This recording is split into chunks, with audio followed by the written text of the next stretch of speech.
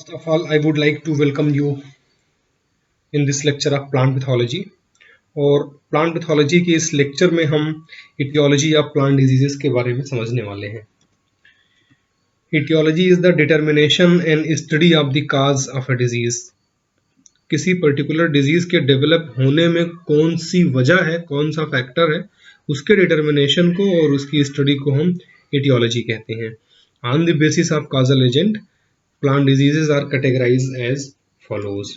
पौधों में जो डिजीजेस होती हैं वो ब्रॉडली दो वजह से होती हैं, जिसमें पहला है इन्वायरमेंटल फैक्टर, और इन्वायरमेंटल फैक्टर की वजह से जो डिजीजेस होती हैं उनको हम डिफिशियंसी डिजीज या डिसऑर्डर कहते हैं।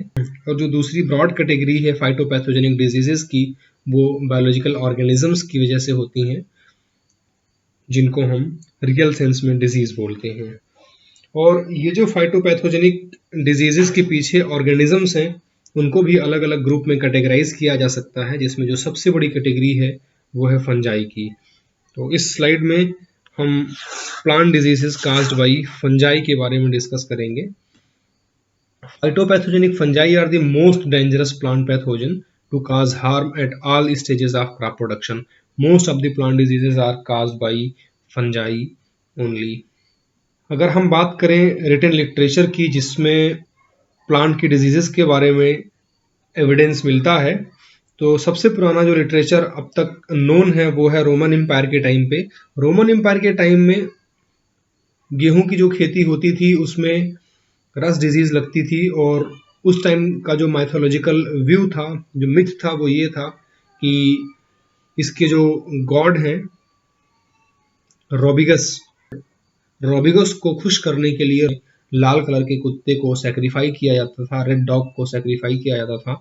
एक्चुअल सेंस में वो रस्ट डिजीज थी जो कि पक्सीनिया ग्रैमिनिस की वजह से हो रही थी, और पक्सीनिया ग्रैमिनिस एक फंगस है। उस टाइम से आज तक जितनी भी डिजीजेस प्लांट में होती हैं, फाइटोपैथोजेनिक डिजीजेस, सबसे ज़्यादा जो प्रोपोर्शन है बायोलॉजिकल ऑर्गेनिज्म का वो फंगस का ही है। लेकिन ऐसा नहीं है कि सारे के सारे fungi they are harmful, they are causing disease. जितना ज़्यादा रोल फंजाई का प्लांट डिजीजेस के डेवलपमेंट में है, उतना ही ज़्यादा उसका यूजफुल रोल भी है। जैसे कुछ एग्जाम्पल के बारे में अगर हम डिस्कस करें, तो आपने एगेरिकस मशरूम खाया ही होगा, एडिबल है। बोलेटस अगेन एडिबल मशरूम है, खाया जाता है उसको। पेनिसिलिन ब्रॉड स्पेक्ट्रम एंटीबायोटिक है। पेनिसिलियम नोटेटम और पेनिसिलियम क्राइसोजेनम की स्पीसीज से, जो कि फंगस है, उससे निकाला जाता है। ढेर सारे ऑर्गेनिक एसिड्स हैं, सिट्रिक एसिड, कोजिक एसिड, ये सारे ही कहीं ना कहीं एस्परजिलस की स्पीसीज से बनाए जाते हैं, एक्सट्रैक्ट किए जाते हैं। ईस्ट है, बेकिंग और ब्रेविंग इंडस्ट्री में, एल्कोहलिक फर्मेंटेशन में इसका इस्तेमाल किया जाता है। जितनी भी लिकर बनती हैं उनके फर्मेंटेशन में फंगस का काफ़ी इंपॉर्टेंट रोल है। इसके अलावा अगर हम डिजीज के डेवलपमेंट के अगेंस्ट में बात करें, तो हमें कुछ बायो कंट्रोल एजेंट भी फंगस ग्रुप के मिलते हैं। जैसे ट्राइकोडर्मा है, दूसरे फंगस की ग्रोथ को किल करता है, इनहिबिट करता है और हमारे पौधे को प्रोटेक्ट करता है। जितना ज़्यादा रोल फंजाई का किसी प्लांट में डिजीज के डेवलपमेंट में होने में है, फंजाई का उतना ही अहम रोल यूजफुल एक्टिविटीज में है। हमारे लिए एक तरह से दोस्त भी हैं और दुश्मन भी हैं। हम बात कर रहे हैं एटियोलॉजी ऑफ प्लांट डिजीजेस के बारे में, जिसमें हम किसी फाइटोपैथोजेनिक डिजीज के पीछे जो फैक्टर है, जो ऑर्गेनिज्म है, उसके डिटर्मिनेशन और उसकी स्टडी की बात करते हैं। और हम फंजाई के बारे में बात कर रहे हैं कि कौन कौन से ऐसे फंजाई हैं जिनकी वजह से फाइटोपैथोजेनिक डिजीजेस होती हैं। तो जो फंजाई डिजीज काज करने वाले जो फंजाई हैं, उनको ब्रॉडली एटलीस्ट 3 कैटेगरीज में डिवाइड किया जा सकता है, जिसमें जो पहला है वो बायोट्रॉफ्स है, जो दूसरा है वो हेमी बायोट्रॉफ है, और तीसरा नेक्रोट्रॉफ है। इसको हम आने वाली स्लाइड्स में डिटेल में डिस्कस करने वाले हैं। सबसे पहले हम देख लें बायोट्रॉफ के बारे में। Biotrophs are obligate parasite. Obligate parasites वो फंगस होते हैं जिनको ग्रो करने के लिए, जिनको मल्टीप्लाई करने के लिए, उनकी लाइफ साइकिल को कंप्लीट करने के लिए एक लिविंग होस्ट की ज़रूरत पड़ती है, और अगर लिविंग होस्ट नहीं है तो ये सर्वाइव नहीं कर सकते। इनकी जब भी ग्रोथ होती है, फॉर एग्जांपल अगर ये स्पोर से मल्टीप्लाई कर रहे हैं, तो स्पोर जर्मिनेट तो करेगा, लेकिन लिविंग होस्ट अगर ना मिले तो ये जो जर्म ट्यूब है उसकी ग्रोथ वहीं पर रुक जाएगी।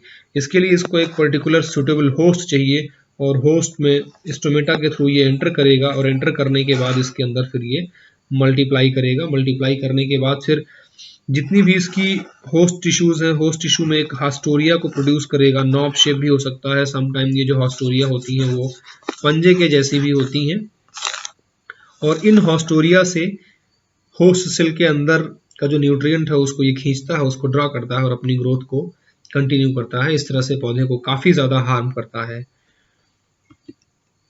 इसका जो क्लासिकल और काफी कॉमन एग्जांपल है वो है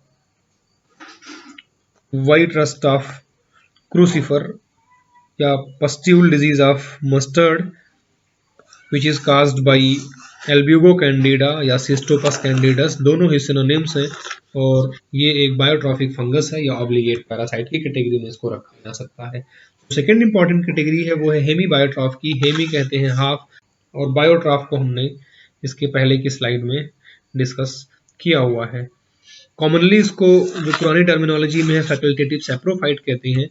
इनमें वो फंजाई आते हैं, वो फाइटोपैथोजेनिक फंजाई आते हैं जो रियल सेंस में पैरासिटिक हैं, लेकिन अगर उनको होस्ट ना मिला तो वो सैप्रोफाइट की तरह या नेक्रोट्रॉफ की तरह बिहेव कर सकते हैं और डेड एंड डिके मटेरियल से अपना खाना एब्जॉर्ब करके अपनी लाइफ को कंटिन्यू कर सकते हैं। इसमें जो सबसे क्लासिकल एग्जांपल है वो है फाइटोप्थोरा इन्फेस्टेंस का। हिस्टोरिकली काफ़ी इंपॉर्टेंट है फाइटोप्थोरा इन्फेस्टेंस, जिसकी वजह से आयरलैंड में फेमिन हुई थी 1845 के आसपास में, और काफ़ी ज़्यादा लॉस हुआ था। तो आयरलैंड की पॉपुलेशन है वो घट के 1/4 हो गई थी, ज़्यादा लोग मर गए थे और जो बचे वो इमाइग्रेट कर गए थे। जो थर्ड कैटेगरी है वो है नेक्रोट्रॉफ की। नेक्रोट्रॉफ में ऐसे फाइटोपैथोजेनिक फंजाई होते हैं जो किसी लीफ के ऊपर जैसे ही वो लैंड करेंगे, जर्मिनेट करेंगे, जर्मिनेशन होगा, जर्मिनेशन के बाद फिर वो रेडियल फैशन में चारों तरफ उनकी ग्रोथ होगी, और इनकी जो हाइफी है वो अपनी हाइफी से कुछ ना कुछ केमिकल, हार्मफुल टॉक्सिक केमिकल्स को सीक्रेट करेंगे, और ये हार्मफुल और टॉक्सिक केमिकल्स होस्ट सेल को डेड कर देंगे, किल कर देंगे। मीन्स इन्फेक्शन के पहले वो होस्ट सेल को किल कर देते हैं, और किल करने के बाद उसका जो न्यूट्रिएंट है, ऑर्गेनिक कंटेंट है, उसको ये ड्रा कर लेते हैं। फिर अपनी ग्रोथ को ये कंटिन्यू करेंगे इसी रेडियल फैशन में, चारों तरफ एक सर्कुलर फैशन में इनकी ग्रोथ होगी। उसके बाद फिर जब इनको खाने की ज़रूरत पड़ेगी, न्यूट्रिशन की ज़रूरत पड़ेगी, फिर से ये इसी तरह से केमिकल को सिक्रीट करेंगे और एडवांस में होस्ट सेल की को किल कर देंगे और उसका खाना ड्रा कर लेंगे, उसका फूड जो है वो उसको खींच लेंगे। अल्टीमेटली इसमें एक कंसेंट्रिक रिंग का अपीयरेंस होता है, और इस तरह का जो अपीयरेंस होता है उसको स्पॉट कहते हैं। राइट साइड में जो फोटोग्राफ आप इसमें छोटे छोटे स्पॉट को आसानी से देख सकते हैं। These spots are typical to the necrotrophic saprophytic phytopathogenic fungi. और इसमें जो क्लासिकल एग्जांपल है वो अल्टरनेरिया का है। इस disease is the spot disease of mustard, जो कि यहाँ फोटोग्राफ में डिपिक्टेड है। This is caused by Alternaria brassicicola. हम डिस्कस कर रहे हैं एटियोलॉजी के बारे में, जिसमें किसी प्लांट में होने वाली डिजीज के पीछे जो बायोलॉजिकल ऑर्गेनिज्म है उसका डिटर्मिनेशन, उसके फैक्टर की बात की जाती है। अब हम आगे कुछ इंपॉर्टेंट डिजीजेस को देखेंगे और उनके पीछे कौन से ऐसे फंजाई हैं जो कि इन्वॉल्व हैं डिजीज को डेवलप होने में, उसका नाम यहाँ पर लेंगे। इसमें जो सबसे पहला है वो है early blight of potato. Blight एक तरह का सिम्टम है, बर्न्ट अपीयरेंस, जले हुए अपीयरेंस को कहते हैं। सिम्टम पे एक अलग वीडियो किया हुआ है, उसको आप जरूर देखें, सारे ही सिम्टम्स आपको आसानी से समझ में आ जाएंगे। और ये पोटैटो में डिजीज होती है। अगर अर्ली सीजन में होती है उसको अर्ली ब्लाइट कहते हैं, और अगर लेट सीजन में होती है तो उसको लेट ब्लाइट कहते हैं। फाइटोप्थोरा इन्फेस्टेंस से ये डिजीज होती है। फोटोग्राफ में आप अगर लेफ्ट साइड में देखेंगे तो ग्रीन और एक हेल्दी प्लांट है, जबकि राइट साइड में ब्लाइट अफेक्टेड प्लांट है। इसमें आप देख रहे हैं किस तरह से लग रहा है जैसे पूरे के पूरे प्लॉट को किसी ने जला दिया हो, ये झुलस गया हो, और इसी अपीयरेंस को ब्लाइट कहते हैं। अर्ली ब्लाइट जो होती है it is caused by Alternaria solani, और late blight it is caused by Phytophthora infestans. चलते हैं अपनी नेक्स्ट इंपॉर्टेंट डिजीज की तरफ, जो कि फॉल्स स्मट ऑफ राइस है। स्मट अस्टिलैगो या अस्टिलाइजिनेल्स के जो मेंबर्स हैं, अस्टिलैगो जीनस के मेंबर्स हैं, उनकी वजह से होती है। लेकिन अगर स्मट डिजीज हो रही है, smut is again a symptom, smut symptom आ रहा है बट वो अस्टिलाइजिनेल्स के अलावा किसी और ग्रुप के फंगस से हो रहा है, फंजाई से हो रहा है तो उसको हम फॉल्स स्पॉट बोलते हैं। और धान के केस में बहुत कॉमन डिजीज है ये उत्तर प्रदेश में और जो नॉर्दर्न इंडियन प्लेन है, अस्टिलाइजिनाडिया वायरस की वजह से ये डिजीज होती है। इस डिजीज में राइस का ग्रेन सबसे पहले जैसे ही इन्फेक्टेड होता है, मल्टीप्लिकेशन होता है फंजाई का या पैथोजन का, और सबसे पहले वो ग्रीन कलर का होता है, उसके बाद फिर येलो कलर का हो जाता है, बाद में ये ब्राउन और ब्लैक कलर का हो जाता है। डिजीज इतनी ज़्यादा सीवियर होती है कि 30 से लेकर के 40% तक जो उपज है उसको ख़राब कर देती है। इस पे गवर्नमेंट को एक्शन लेने की ज़रूरत है, एडवाइजरी जारी करने की ज़रूरत है, जिससे इससे होने वाले नुकसान को रोका जा सके, क्योंकि ये जो बीमारी है वो हर साल बढ़ते ही चली जा रही है। इसका इन्फेक्शन, इसकी सीवियरिटी हर साल ज़्यादा ही हो रही है। चलते हैं अपने नेक्स्ट डिजीज की तरफ, जो कि है brown spot of rice. It is caused by Helicobacterium oryzae. इसमें ब्राउन कलर का स्पॉट होता है जिसके सेंटर में येलो होता है, और ये जो अपीयरेंस है वो लीफ के ऊपर, राइस के या धान के लीफ के ऊपर आसानी से देखा जा सकता है। डिजीज आजकल कम होती है, बट हिस्टोरिकली ये डिजीज काफ़ी ज़्यादा इंपॉर्टेंट है। और इसलिए इम्पॉर्टेंट है क्योंकि ये 1945-46 के आसपास की बात है, जब इंडिया आज़ाद हुआ था। उस टाइम बंगाल वाले एरिया पे जहाँ पे स्टेपल फूड राइस है, राइस और मछली को खाते हैं, राइस की खेती होती है, उसमें इस हेलमिंथोस्पोरियम ओराइजी ने इतना भयंकर इन्फेक्शन किया कि पूरी की पूरी राइस की फसल तबाह हो गई। अल्टीमेटली हुआ क्या, लोग भूखों मरने लगे। फिर हम चलते हैं अपनी नेक्स्ट डिजीज की तरफ, जो कि है ब्लैक या stem rust of wheat. Black या स्टेम रस्ट ऑफ व्हीट भी काफ़ी ज़्यादा इंपॉर्टेंट है, क्योंकि इस पे प्रोफेसर केसी मेहता ने काम किया था 1929 में। इस अपनी रिपोर्ट को उन्होंने पब्लिश किया था, और उनका जो वर्क था वो नॉर्दर्न इंडियन प्लेन में हर साल ये गेहूं में किस तरह से डिजीज रिपीट कर जा रही है, इसके ऊपर उन्होंने काम किया था। जो रस्ट है, रस्ट कहते हैं पाउडरी अपीयरेंस को। आप किसी लोहे में अगर उसमें जंग लगा हो, टच करेंगे तो आपके हाथ में एक मांस आ जाएगा रेड कलर का, जिसको रस्ट बोलते हैं। ठीक उसी तरह से आप गेहूं की लीफ के अपर सरफेस पे देख रहे हैं यूरिडोस्पोर का छोटा छोटा मांस है। जैसे ही आप इस रस्ट को टच करेंगे आपके फिंगर में, आप देखेंगे कि ब्राउन कलर का मांस आ जा रहा है, और ये मांस पक्सीनिया ग्रेमिनिस फॉर्म स्पेशियल स्ट्रिटिसाई के यूरिडोस्पोर्स का होता है। चलते हैं अपनी नेक्स्ट डिजीज की तरफ, is Alternaria spot of mustard. और ये जो बीमारी होती है अल्टरनेरिया ब्रेसिकी की वजह से होती है। इसमें सरसों की पत्ती के दोनों साइड में आप देखेंगे ऊपर और नीचे कंसेंट्रिक रिंग बन जाएगी, स्पॉट बन जाता है, और उसकी वजह से जो फोटोसिंथेटिक एरिया है काफ़ी हद तक रिड्यूस हो जाता है, उपज भी कम हो जाती है। इसी तरह से सरसों में एक और बीमारी बहुत ज़्यादा कॉमन है, वो है वाइट रस्ट। और वाइट रस्ट एल्ब्यूगो कैंडिडा की वजह से होती है। इसमें जो पत्तियां होती हैं उसकी निचली सरफेस पे पस्ट्यूल या फफोला दिखने लगता है। बाद में ये डिजीज आगे चलकर हाइपरट्रॉफी काज कर देती है, जिससे जो फ्लावर का फॉर्मेशन है वो डिफॉर्म हो जाता है, अल्टीमेटली जो उपज है वो कम हो जाती है। इस सीक्वेंस में जो नेक्स्ट डिजीज है वो है red rot of sugar cane. इसको भी आप आसानी से देख सकते हैं। अगर आप कभी गन्ने का जूस पीने जाएं तो गन्ने का जूस पेरने के बाद जो गन्ने का वेस्ट निकलता है उसमें आप देखेंगे तो रेड कलर का अपीयरेंस आएगा, और ये रेड कलर का appearance this is only because of the red rot disease. और ये डिजीज होती है कोलेटोट्राइकम फल्केटम से। कोलेटोट्राइकम फल्केटम या red rot of sugar cane historically भी काफ़ी इंपॉर्टेंट है, क्योंकि 1938 के आसपास में, 1938 से लेकर के 1942 के ड्यूरेशन में, इस बीच में जो बिहार का रीजन है और यूपी का जो ईस्टर्न पार्ट है उसमें इतनी भयंकर तबाही मचाई इस डिजीज़ ने कि जितने भी गन्ने की खेती थी सब की सब वैनिश हो गई, सब बर्बाद हो गई, और उसकी वजह से जो शुगर के मिल थी पूरी की पूरी ठप पड़ गई। तो इस तरह से ये जो red rot of sugar cane है ये हिस्टोरिकली काफ़ी इंपॉर्टेंट है। फिर जो नेक्स्ट डिजीज़ है और उसका कॉजल ऑर्गेनिज्म है वो है विल्ट ऑफ अरहर। और ये विल्ट फ्यूजेरियम ऑक्सीस्पोरम फॉर्म स्पेसियल्स उड़म की वजह से होती है। विल्टिंग कहते हैं किसी पौधे का अचानक से सूख जाना, किसी पौधे के सूख जाने को विल्टिंग कहते हैं। फिजियोलॉजिकल भी होती है जबकि सॉइल में पानी ही ना हो। और जो पैथोलॉजिकल विल्टिंग होती है, पैथोलॉजिकल विल्टिंग होती है फ्यूजेरियम की वजह से। फ्यूजेरियम सॉइल में सर्वाइव करते हैं जैसे ही इनको पर्टिकुलर होस्ट मिलता है, रूट के अंदर ये एंटर करते हैं और वेसल के अंदर जा करके अपनी जो माइसीलियम है उसका ये प्लग क्रिएट कर देते हैं, जिसकी वजह से जो वेसल है वो चोक कर जाती है।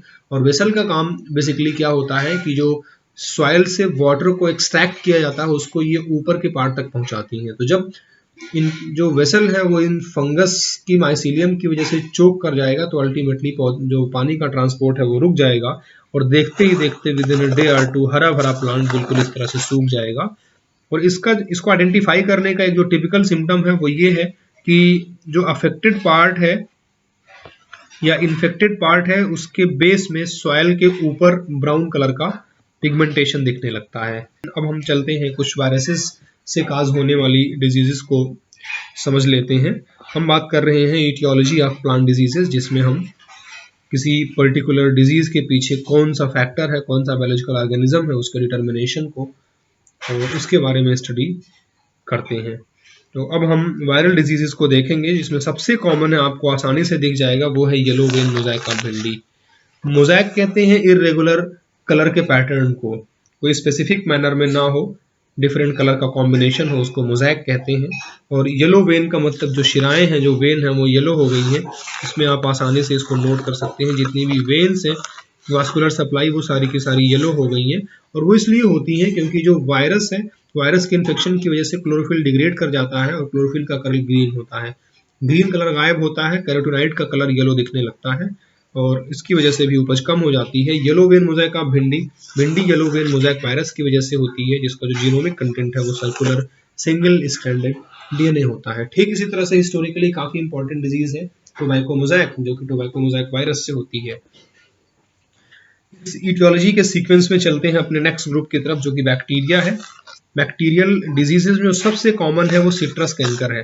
कैंकर अगेन एक सिम्टम है जिसमें कॉर्की उभार आ जाता है पत्तियों के, उसके साथ साथ जो फ्रूट्स होते हैं उसके सरफेस के ऊपर एक हार्ड उभार टाइप का आ जाता है, और ये सिट्रस में काफ़ी कॉमन है। सिट्रस का मतलब जितने भी नींबू, संतरा, चकोतरा, नारंगी, मौसम्बी वाले फ्रूट्स हैं उनमें ये डिजीज़ होती है।